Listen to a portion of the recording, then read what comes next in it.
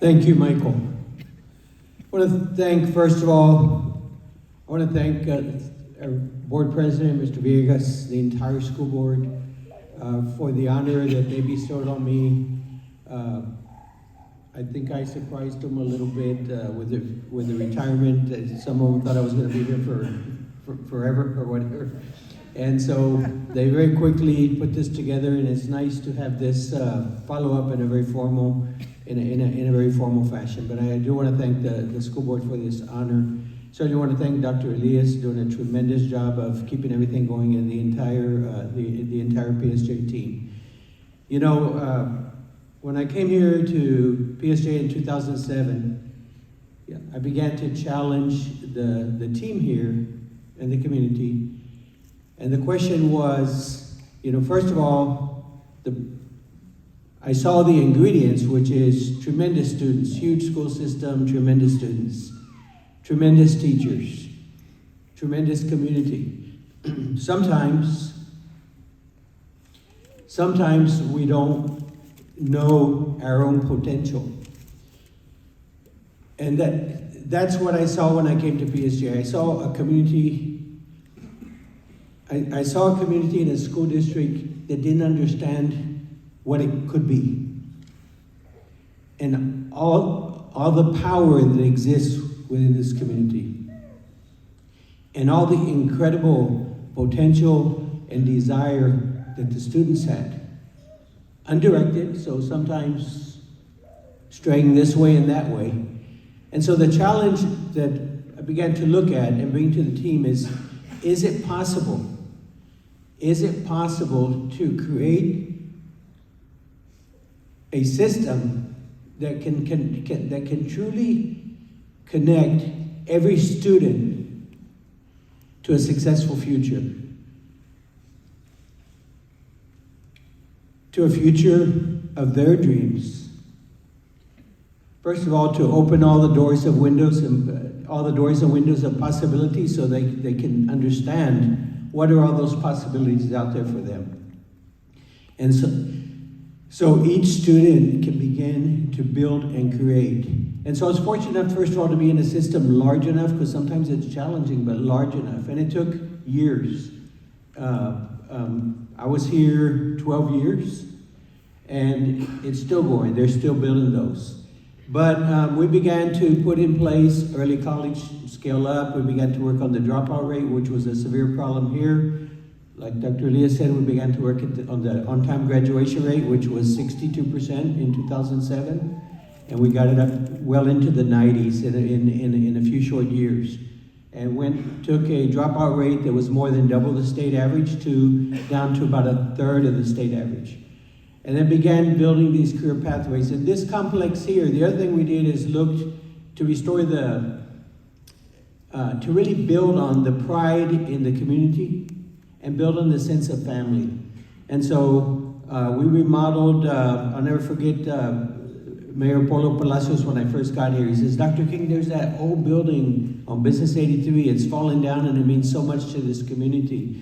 The first high school and all of that. And today it's a beautiful T-STEM early college high school.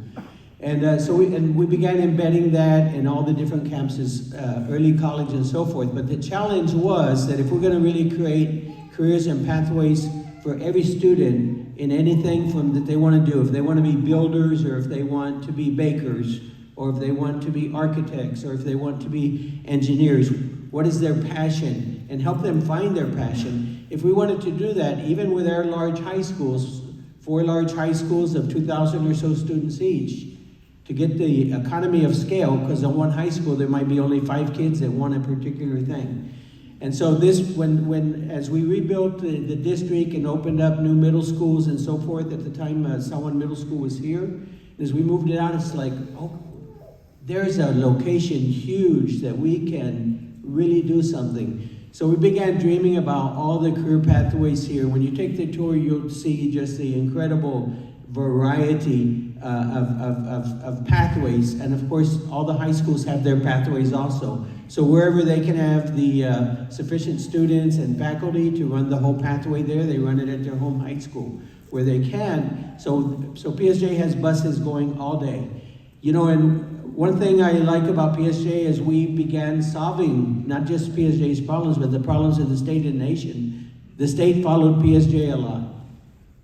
So for example, for years you could get transportation funding for CTE classes if they were offered off-site. So I began to push TEA. Why not for college classes? And so ultimately they did that. So by, I think, 2011, 2012, the transportation formula began allowing, so for busing to SDC, but here in a district like PSJ, or busing to a partner school district or whatever, so that there's full transportation funding for that. House Bill 5, different thing. I can remember after Southwest High School opened, PSJ Southwest Early College High School opened, we were in our second or third year.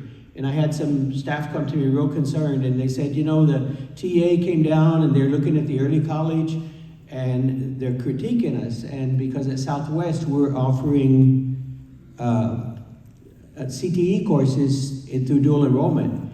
And so the team was saying, and the team was people from other districts, and so the team was saying, CTE is not early college. And we said, no, it is, in PSJ it is. And so we didn't listen, and we just kept doing what we were doing. And a few years later, I got a call to be at a ceremony in Austin because the governor had asked the three agencies, Texas Workforce Commission, TEA, and Texas Higher Ed Coordinating Board, to do a joint initiative. You know what they decided on? They each put in $1 million in their first project. Their first project was to come together and put into place a CTE early college high school program. So what they had said was not early. So what is, you know, today, if you're going to tell me that precision manufacturing is not high skill and takes high knowledge, or all of these different programs. So understanding that college is the higher level training that our students need to get that high wage, high skill job. Now they've changed the nomenclature, and so today those are, I think they're called, they no longer call them CT early college high schools, they're PTEC. So now they call them PTEC early college high schools. And so in so many different ways, bringing in the certificates, combining back, I was called to testify and to work with the Senate Education Committee, House Education Committee some years ago, and there was this big fight going on. And so there was a whole group that wanted, no, we got to do industry certifications, we got to prepare for industry. There was another group, no, it's got to be college for all. And so my answer was, no, it's both. You marry the two together, it's both. And we take all of our young people to and through. And so this dream, I just want to thank you all. This dream is keeping on going, and I used to always tell the PSJ team, my expectation is it gets better and better, because it's not about me, it's about these young people and giving the opportunities. And I want to thank, you know, I'm so honored. I began my education career 47 years ago. And I started out at, you know, my dream was to help young people be more confident in themselves and help young people to succeed. And I went in as to Hidalgo ISD as a junior high coach and history and health teacher. Never had a dream or even an interest in administration, believe it or not. And it turns out that almost my entire career wound up being administration for some reason. But I want to thank, because it's, you know, so many people. So first of all, I want to thank my family. I have here 5 of my 6 grandchildren and 5 of my 6 children, and one of their aunts. I've got Sarah here and so forth. People that have stood by my side and often sacrificed, because it's not easy, you know, being in a household with somebody who's got the kind of drive and vision and passion and is trying to help everybody and reach out and help everybody. So I want to thank my family for all their support and for being here. I also want to thank the team from Hidalgo ISD. I started my teaching there a couple of years, went to mission for about 9 years, became a principal very quickly in mission. And I came back to Hidalgo, and that's where I first looked, because when I came back to Hidalgo High School, Dr. Alejo Salinas, one of my mentors, hired me there and kind of charged me with really getting that high school moving. And at the time, there was very little college prep offerings, and there wasn't much knowledge among the students about college. And we began to push and push on that. And that was kind of the first place where I kind of drove, and I've got some of my, you set up one of my students when I was first principal. And so I was her principal. Actually, we got here Adrian. So Adrian was my student 47 years ago. Adrian, stand up. Adrian was 13 years old when I met him, and so he was one of from my very first year of teaching, one of my students. So I've got people here throughout, but it was there at Hidalgo High School where I first started. These kids need to understand how to connect, and so we drove on that. And I was fortunate enough as superintendent there, thanks to a lot of people, UTPA. We got Alma Garcia here from Educate Texas. Alma, where are you?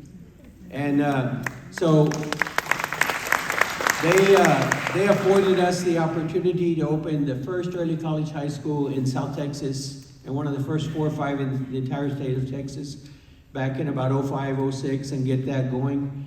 I gave them a really hard time because it was supposed to be for a group of the kids, and I said, no, it has to be for every kid, and they said, we don't do that, that's impossible, the Gates Foundation won't fund that, and so forth. And so they left, and I thought, well, man, I thought we had something going here. And they called me back a few weeks later, and they said, we couldn't get this out of your head that there's this crazy guy that thinks you can do it for everybody. And so we said, let's give the crazy guy a chance. So at Hidalgo is where we first started, kind of the early college for all, and they've got that. What I love is they're still going. PSJA is still going, getting better and better and building more opportunities. I want to thank all of the partners here, all of the people that worked with me by my side. Nobody can do any of this alone. And such a great team here at PSJA, such a great team at Hidalgo. We've got Javier Salinas, that's superintendent of Hidalgo. Thank you that he's keeping that going. Another mentor of mine, Dr. Robert Zamora. Way back when I was an elementary principal in Mission, he was the first person to reach out to me and tell me, he said, Danny, there's an opportunity. You should get your PhD. There's an opportunity through the UT Austin program. And at that time, I couldn't figure out how to do that, so I turned it down, but I never forgot. And a few years later, as a high school principal, I was able to begin and get that done. So just so many different people, partners, the people from the foundation, Lone Star National Bank, DHR. You know, when I retired from here in 2019, I spent the next about 3 years running the Education Employee Training Program at DHR. So I got to really embed in career pathways in the health and what's the kind of training that everybody needs. But I know I'm leaving people out, but just so many different partners through the years. I want to thank every one of you, and I want to challenge you because Dr. Elias just talked about all the different things that have been added, but you know what? We're not there yet. We're not there yet. Is it possible to connect? Oh, I've got to thank South Texas College, right? Tremendous partner.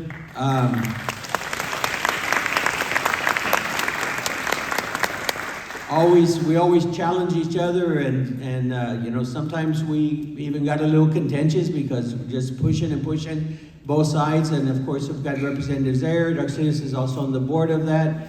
But I'll never forget when I got approached by South Texas College during my first year here in PSJA. And in all honesty, when I got here, I didn't know if we could do early college here. I was thinking just scaling dual enrollment and all. And I got this call, and they said, Dr. King, we've got this opportunity. There's a nearby district was supposed to open an early college high school. It was Alma Garcia from Educate Texas, and it was South Texas College. And they said, there's this opportunity. And I was thinking, first of all, we had no space anywhere here at the time. It's not like today where we're overcrowded, portables everywhere and everything. And they said, can you open an early, and this was April. And you're supposed to have a planning year for an early college high school. And they said, well, you did early college high school in Hidalgo, so you understand that. And you opened this dropout recovery early college setting in a matter of 1 month.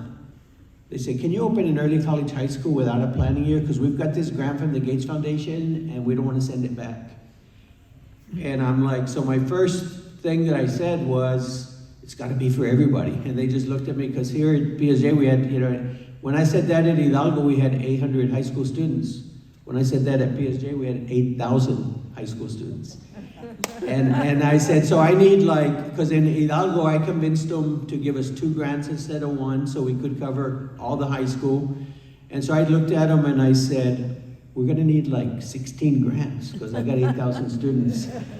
And they looked at me and said, Dr. King, not even you are that crazy. And I said, well, yes, I am, but I understand it can't be done all at once.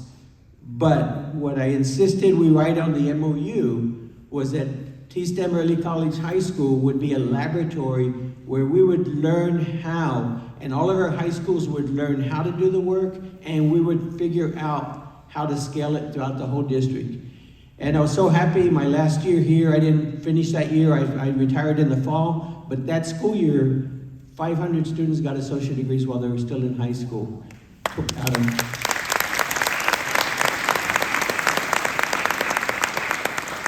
Out of 2,200 graduates, about 1,700 had college hours. Now listen, 1,700. So when I say we're not done yet, because there were 500 that hadn't gotten connected yet.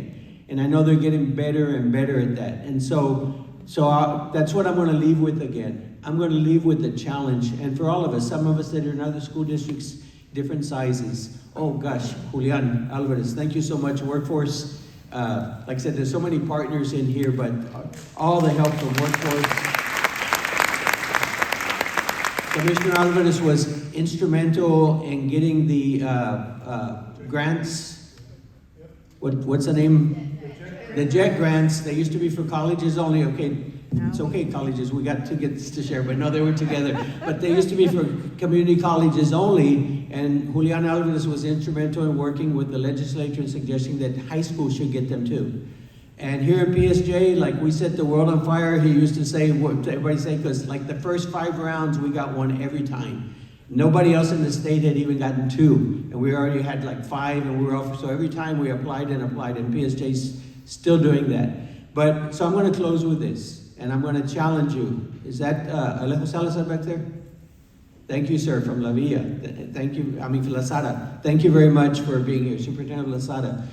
I want to just, regardless of the size of your system or what role you play, I'm going to challenge you with this. And I've got my team here from representatives from Region 1, and we're kind of challenging them all over.